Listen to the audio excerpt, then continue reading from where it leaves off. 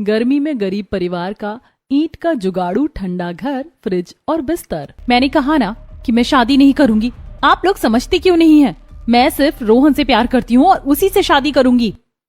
अरे है क्या उस गुंडे मवाली में जो तू उसके पीछे इतनी पागल है?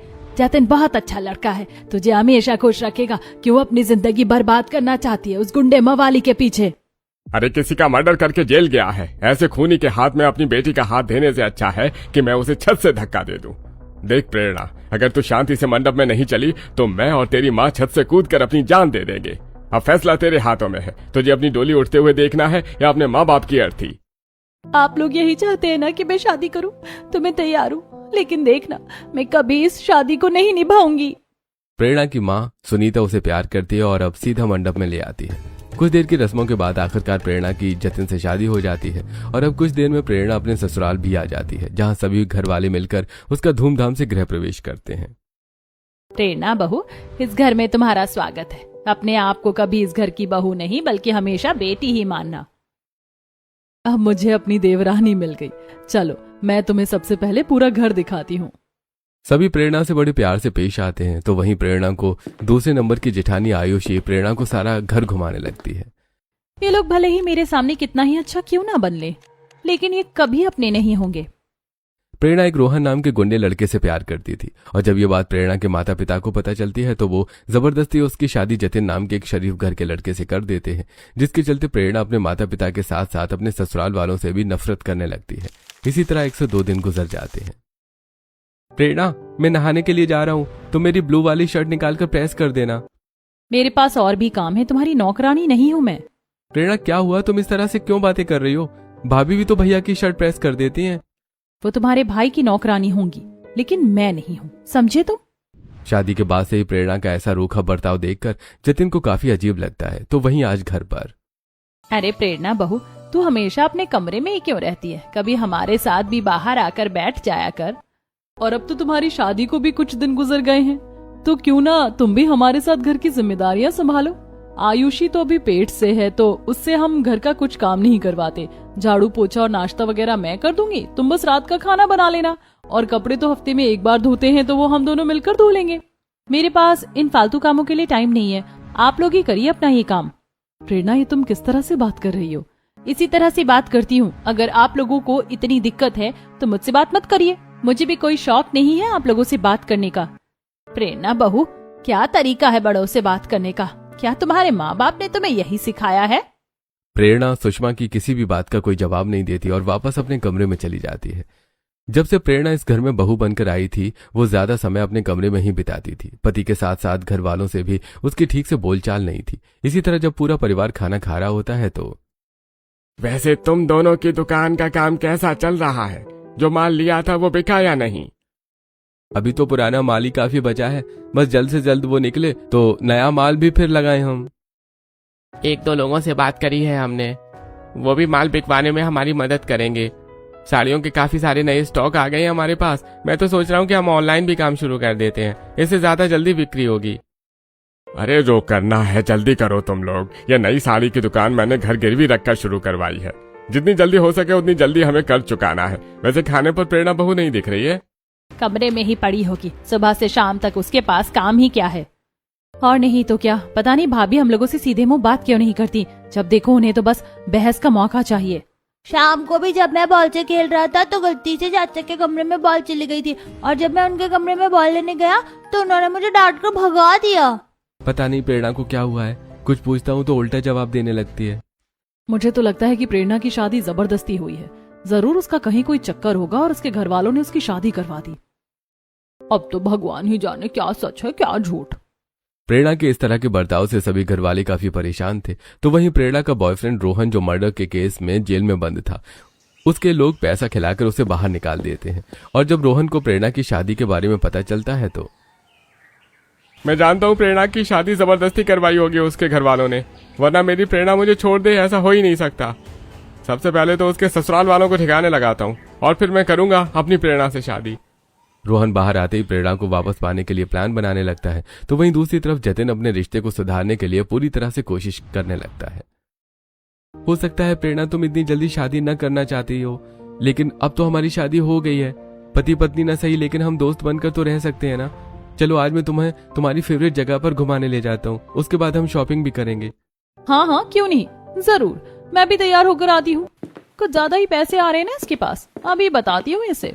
प्रेरणा जल्दी से तैयार हो जाती है और जतिन को एक काफी महंगे मॉल में लेकर जाती है। जब प्रेरणा एक के बाद एक ब्रांडेड कपड़े पसंद कर रही थी तो उसे देखकर जतिन, प्रेरणा ये कपड़े तो काफी महंगे हैं और तुम तो इस तरह के कपड़े पहनती भी नहीं हो, तो फिर इन्हें लेने का क्या मतलब है?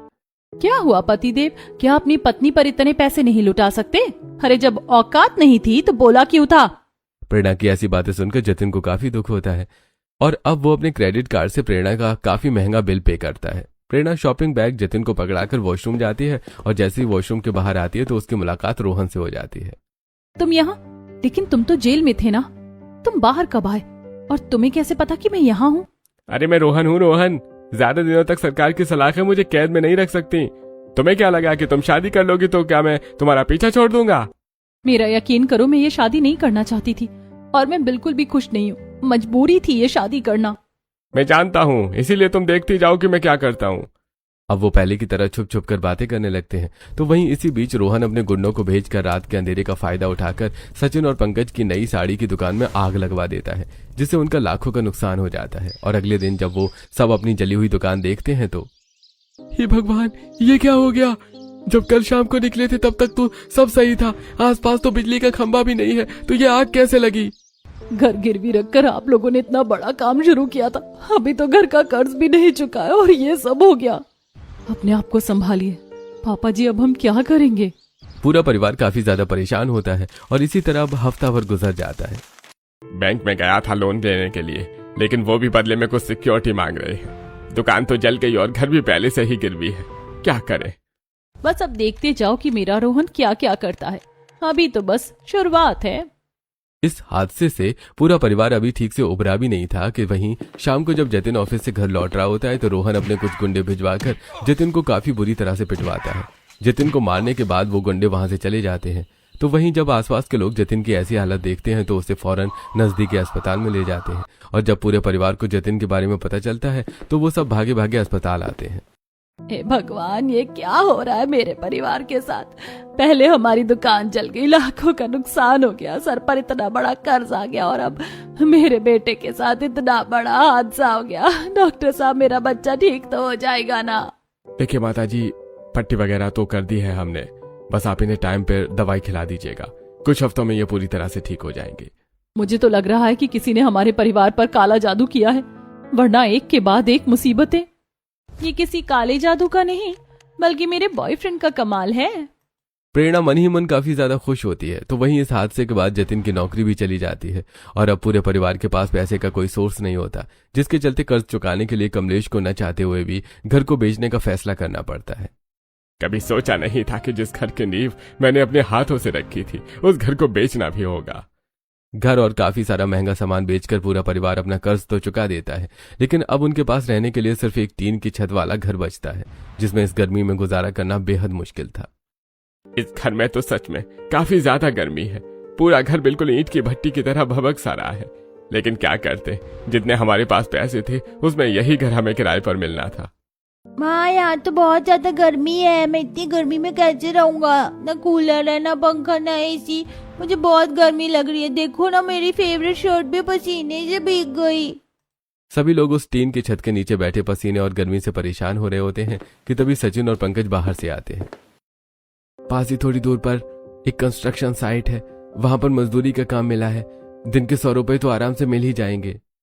भैया, मैं भी आपके साथ काम करूंगा, इस वक्त हमारे परिवार के हालात बहुत खराब हैं, हम लोग जितना काम करेंगे उतना अच्छा रहेगा हमारे लिए। तो फिर एक काम करते हैं, हम लोग भी चलते हैं।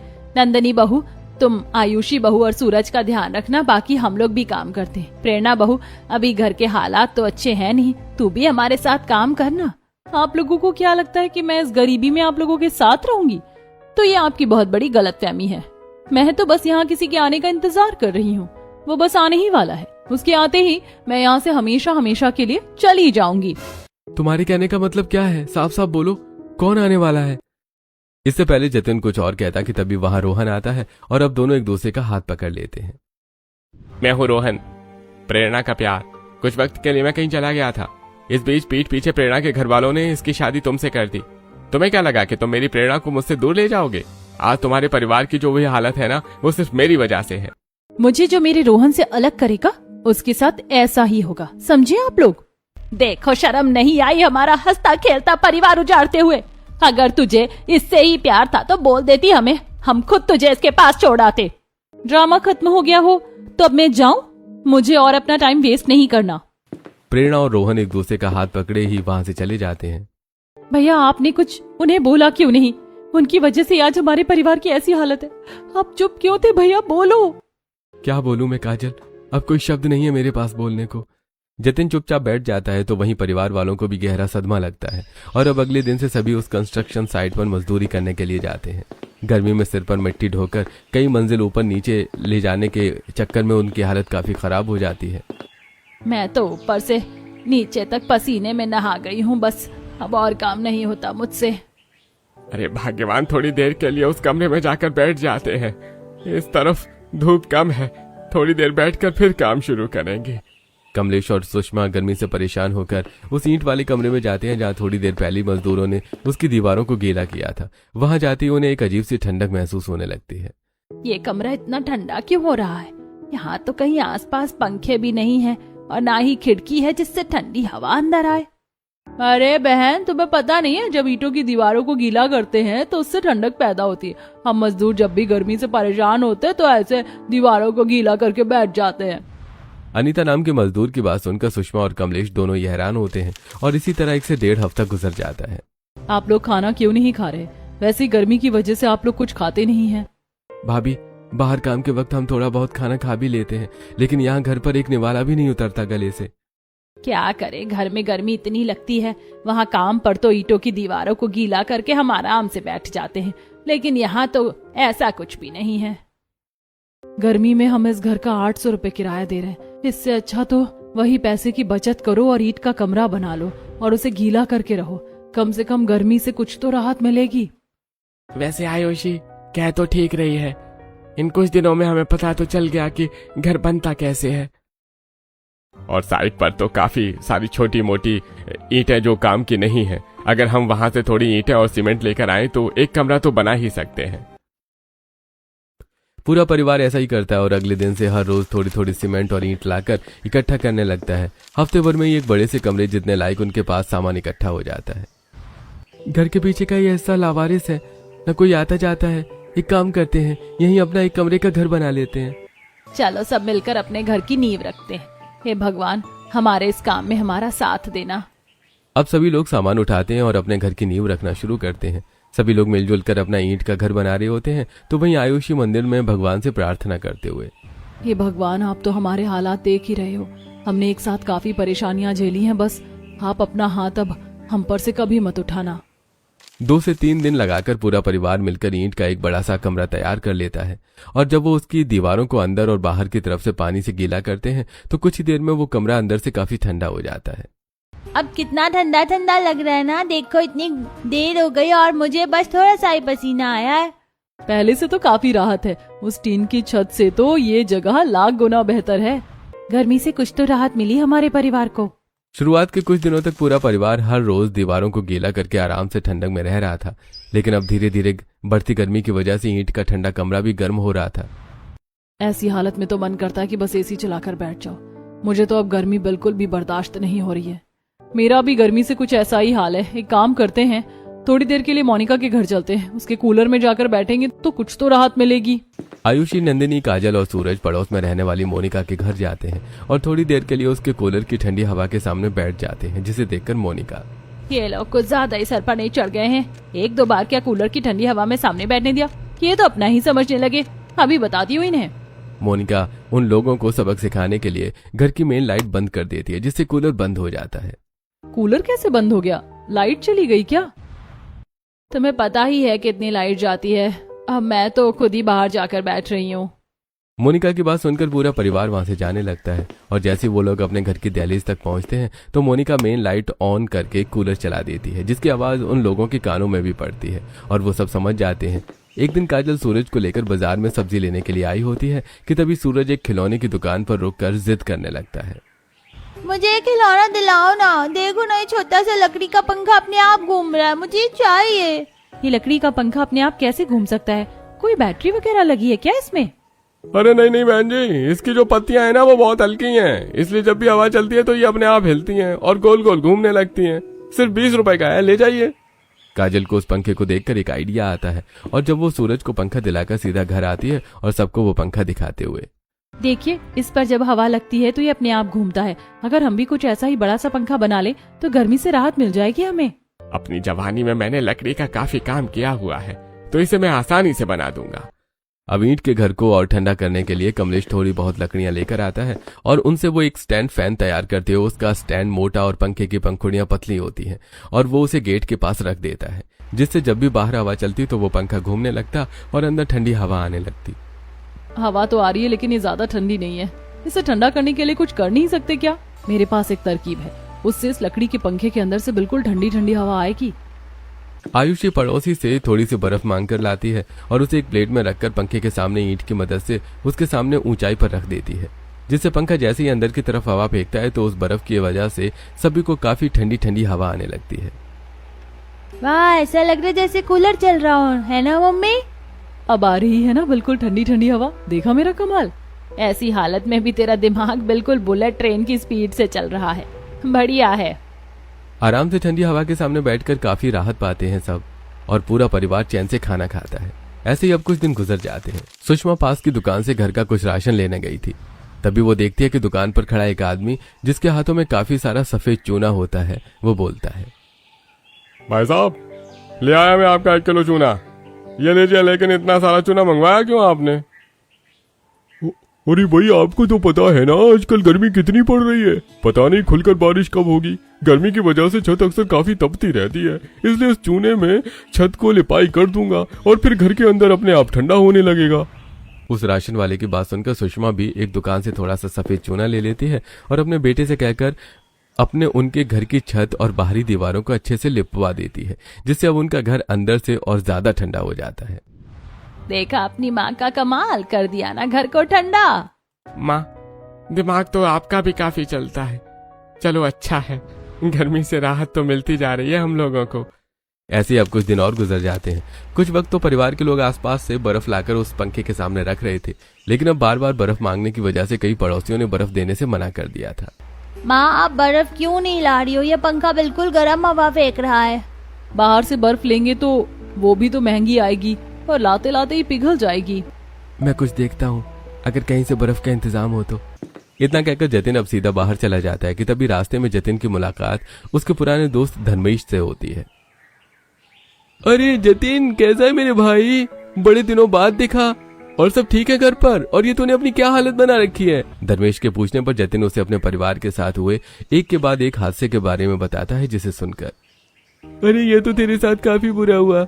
वैसे तू मजदूरी करके कितना ही कमा लेता होगा, एक काम क्यों नहीं करता? तुझे तो पता है कि मेरी बर्फ की फैक्ट्री है, तो वहीं काम करने लग जा। तनख्वाह भी मिल जाएगी और साथ ही साथ मैं तुझे बर्फ भी दे दिया करूंगा। सच कहा किसी ने कि मुसीबत के वक्त एक दोस्त ही दोस्त के काम आता है और कोई नहीं। जतिन अब धर्मेश की फैक्ट्री में काम करने लगता है, जिसके बाद अब उसे हर रोज बर्फ की छोटी मोटी सिल्लियां मिल जाया करती थी। इसी तरह अब कुछ दिन और गुजरते हैं और आयुषी का 8वां महीना लग जाता है, जिससे अब जमीन पर सोना आयुषी के लिए काफी मुश्किल भरा हो गया था। मुझसे तो अब जमीन पर सोया ही नहीं जाता, ऊपर से कितनी भाप उठती है जमीन से। भाभी, हमें तो नॉर्मल ही लगता है, लेकिन क्या पता आपकी ऐसी हालत है इसीलिए आपको इतनी गर्मी लगती है। प्रेगनेंसी के चलते आयुषी अब बिल्कुल भी जमीन पर ठीक से लेट नहीं पाती थी, जिसे देखकर नंदिनी को भी अब उसकी काफी फिक्र होने लगती है।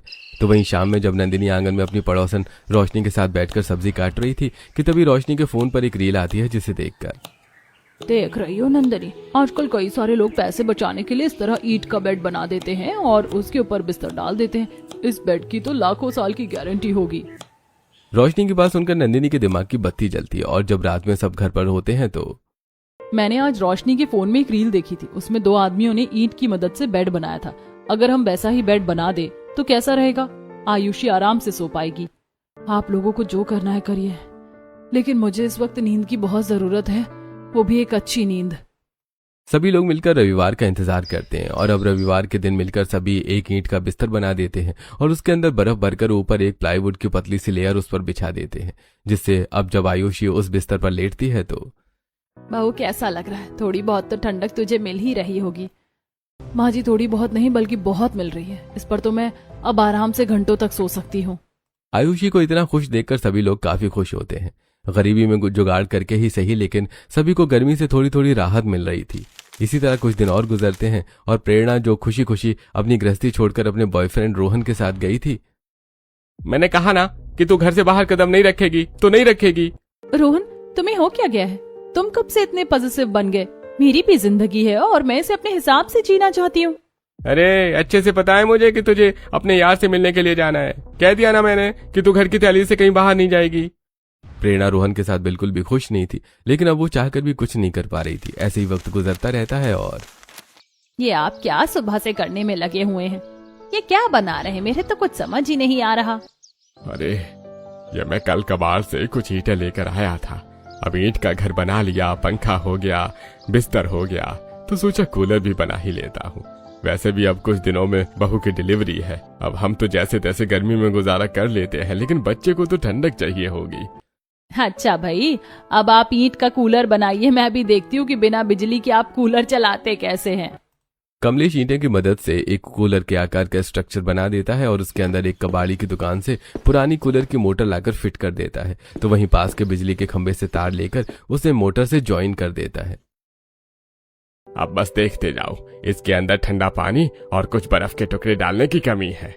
कमलेश अब उसके अंदर पानी और बर्फ के कुछ टुकड़े डाल देता है, जिससे अब देखते ही देखते मोटर चालू होती है तो जुगाड़ू ईंट के कूलर के अंदर से बिल्कुल एसी जैसी ठंडी हवा आने लगती है, जिसे देखकर पूरे घर वाले ही काफी ज्यादा हैरान होते हैं।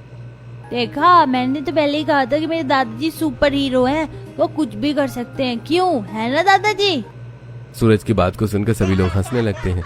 ऐसे कुछ वक्त और गुजरता है और अब आयुषी की डिलीवरी का टाइम आ जाता है। सरकारी अस्पताल में आयुषी एक बेटे को जन्म देती है और इसी तरह अब कुछ दिन गुजर जाते हैं। आधी रात हो चुकी थी, सभी गहरी नींद में सो रहे थे और बच्चा है कि सुबह तक बस रोता ही रहता है। भाभी क्या हो गया है इसे? आप दूध पिला दो ना, क्या पता इसे भूख लग रही हो, तभी ये इतना रो रहा है। अरे ये गर्मी की वजह से रो रहा है। अब हवा तो इसे मिल गई, लेकिन पानी तो बिल्कुल गर्म ही है। ठंडे पानी का इंतजाम कहाँ से करें? यहाँ के तो पड़ोसी भी ऐसे हैं कि मदद के नाम पर मुंह पर दरवाजा बंद कर देते हैं। अपने पोते को इस तरह रोता देखकर सुषमा को बिल्कुल भी अच्छा नहीं लगता। ऐसे अब कुछ दिन और गुजर जाते हैं। सुषमा सबके साथ बैठकर चाय पी रही होती है कि तभी उसे कुछ याद आता है। अरे जी, आपको याद है जब हम शादी के बाद कुछ समय तक गांव में रहे थे तो वहाँ पर एक ताई हुआ करती थी। उन्होंने अपने आंगन में एक ईंट का फ्रिज जैसा कुछ बना रखा था। उसके अंदर फल, पानी, खाना बिल्कुल ठंडे रहते थे और कभी खराब नहीं होते थे। अरे हाँ, और तुम्हें याद है एक बार ताई ने जब हमें उसके ठंडे ठंडे आम खिलाए थे तो कितने अच्छे लग रहे थे खाने में। अरे बच्चों, उसने तो फ्रिज को भी पीछे छोड़ दिया था। अगर ऐसा ही है तो हम भी तो फिर कुछ ऐसा बना सकते हैं ना। ईंट का कूलर, बिस्तर, घर सब कुछ बना लिया, तो अब एक ईंट का फ्रिज भी सही। सभी लोग अब मिलकर ईंट का फ्रिज भी बनाने की शुरुआत करते हैं। बिल्कुल फ्रिज जैसे आकार का स्ट्रक्चर बनाकर अंदर बाहर की तरफ से सभी उसको अच्छे से चूने से लिपाई कर देते हैं और अंदर की तरफ ढेर सारी बर्फ भी रख देते हैं, जिससे अब वो जुगाड़ू ईंट का फ्रिज भी बिल्कुल असली फ्रिज की तरह काम कर रहा था। रोज रोज जो हमारा खाना खराब होता था अब वो भी खराब नहीं होगा। मैं तो अब रोज रोज ठंडा ठंडा पानी भी पीऊंगा, वरना वो आंटी कैसे पानी देने में मुंह बनाती थी।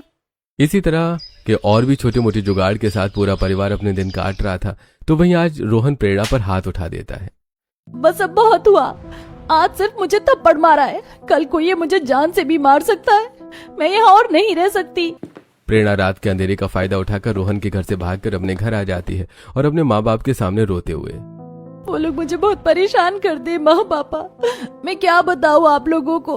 मुझे यहीं रहने दो, भले ही मुझे जान से मार दो, लेकिन मैं वहाँ नहीं जाऊंगी। हमने उन्हें फूल सी बच्ची दी थी और उन्होंने हमारी बच्ची का क्या हालत कर दी है। हम उन्हें छोड़ेंगे नहीं।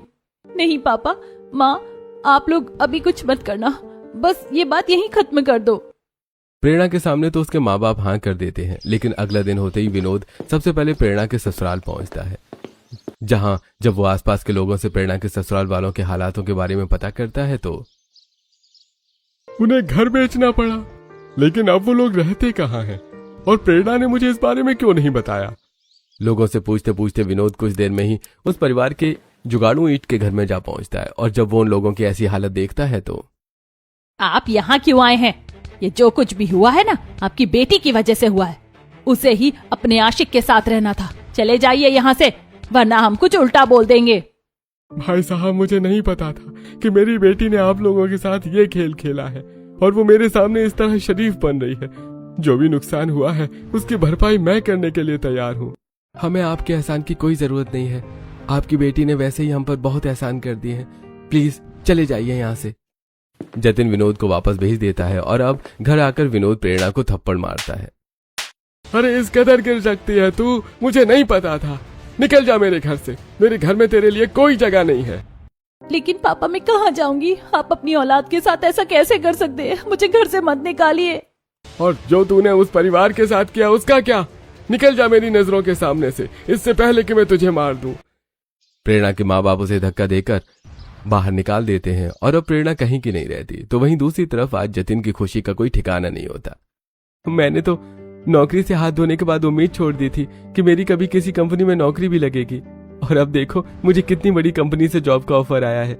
आप लोग ये ईमेल देख रहे हैं ना, मैं बता नहीं सकता इसे देखकर मैं कितना खुश हूँ। ये सब तो तुम्हारी मेहनत के फल का नतीजा है। आखिरकार अब धीरे धीरे सब ठीक हो रहा है। जतिन की उस बड़ी सी कंपनी में नौकरी लग जाती है, जिससे कुछ वक्त में अब जतिन के घर के हालात भी ठीक होने लगते हैं। तो वहीं प्रेरणा, कब तक इस तरह सड़कों पर भटकती रहूंगी? कोई नहीं है मेरा अपना। अपनों को अपनी गलती के कारण खोया है। ऐसी जिंदगी जीने से अच्छा है कि मैं मर जाऊं। प्रेरणा एक फ्लाईओवर पर जाती है और सीधा फ्लाईओवर के ब्रिज के ऊपर चढ़कर खड़ी हो जाती है, जिसे देखकर वहां आसपास के लोगों की काफी भीड़ लग जाती है। तो वहीं रोज की तरह उसी रास्ते से काम पर जा रहा जतिन जब प्रेरणा को देखता है तो, हे भगवान, ये तो प्रेरणा है, लेकिन ये लड़की वहां क्या कर रही है? कहीं ये कूदने तो नहीं वाली? इससे पहले प्रेरणा फ्लाईओवर से नीचे कूदती जतिन उसके पास भागता हुआ जाता है और उसका हाथ पकड़कर उसे नीचे की तरफ खींच लेता है। तुम्हारा दिमाग तो नहीं खराब हो गया? ये क्या करने वाली थी तुम? होश में तो हो? होश में तो मैं अब आई हूँ। रोहन के चक्कर में पहले मैंने अपने माँ बाप को दुखी किया, फिर अपने ससुराल वालों के साथ इतना बुरा किया, और इसी की वजह से मेरी जिंदगी बर्बाद हो गई। सबने छोड़ दिया मुझे। अब जिंदगी में कुछ नहीं बचा, इसलिए मुझे मरने दो। मैं जानती हूँ मैं माफी के लायक तो नहीं हूँ, लेकिन इसे मेरी आखिरी इच्छा समझकर मुझे माफ कर देना। प्रेरणा हाथ जोड़ते हुए रो रो कर जतिन से माफी मांगती है, जिससे जतिन को प्रेरणा के लिए काफी बुरा लगता है और वो उसे अपने इस ईंट वाले जुगाड़ू घर में लेकर आता है, जिसे देखकर सभी लोग, ये लड़की यहाँ क्या कर रही है? भूल गया इसकी वजह से ही हमारे परिवार को कितना सब कुछ सहना पड़ा था। कहीं इसने तुम्हें अपने 4 आंसू दिखाकर दोबारा से फंसा तो नहीं लिया? ये लड़की निकल जाए यहाँ से, अब तेरे लिए इस परिवार में कोई जगह नहीं है। माँ, मैं जानता हूँ प्रेरणा ने जो भी कुछ किया वो बहुत गलत था, लेकिन अब इसे अपनी गलती का एहसास हो चुका है और देखा जाए तो ऑफिशियली प्रेरणा अभी भी मेरी पत्नी है। माफी के लायक नहीं हूँ, गलती हुई है मुझसे, लेकिन अब मुझे मेरी गलती की सजा मिल चुकी है। प्लीज आप लोग मुझे एक मौका और दे दीजिए, मैं सब कुछ ठीक कर दूंगी। ठीक कर दोगी आप? क्या आप दोबारा से हमें हमारा घर दिलवा सकती हो? दोबारा से मेरे दोनों भाइयों का काम शुरू करवा सकती हो? नहीं ना? तो चली जाओ यहाँ से। माँ प्लीज इसे एक मौका तो दीजिए, क्या पता ये सब सच में ठीक कर दे। जतिन के बार बार कहने पर सभी प्रेरणा को एक दूसरा मौका दे देते हैं, जिसके बाद अब प्रेरणा पुलिस स्टेशन जाकर रोहन के खिलाफ सारी गवाही देती है और अब पुलिस के डंडे पड़ते ही रोहन भी सारी असलियत उगल देता है कि कैसे उसने जतिन को मारा पीटा, उनकी दुकान जलाई, सब कुछ, और कानून के हिसाब से रोहन को खुद ही अपनी जेब से सारी भरपाई करनी पड़ती है, जिससे अब उस परिवार के हालात बिल्कुल पहले जैसे हो जाते हैं। देखा, मैंने कहा था ना कि प्रेरणा सब ठीक कर देगी, अब सब कुछ पहले जैसा हो गया है। लेकिन इसका मतलब यह नहीं है कि हमने इसे दिल से अपना लिया। अभी इसे हमारा दिल जीतना पड़ेगा। मैं सब कुछ करने के लिए तैयार हूँ। प्रेरणा अब एक अच्छी बहू, बीवी और देवरानी बनकर धीरे धीरे घर में सबका दिल जीत लेती है। साथ ही साथ जतिन और प्रेरणा के बीच का रिश्ता भी अब ठीक हो जाता है और पूरा परिवार एक साथ हंसी खुशी रहता है।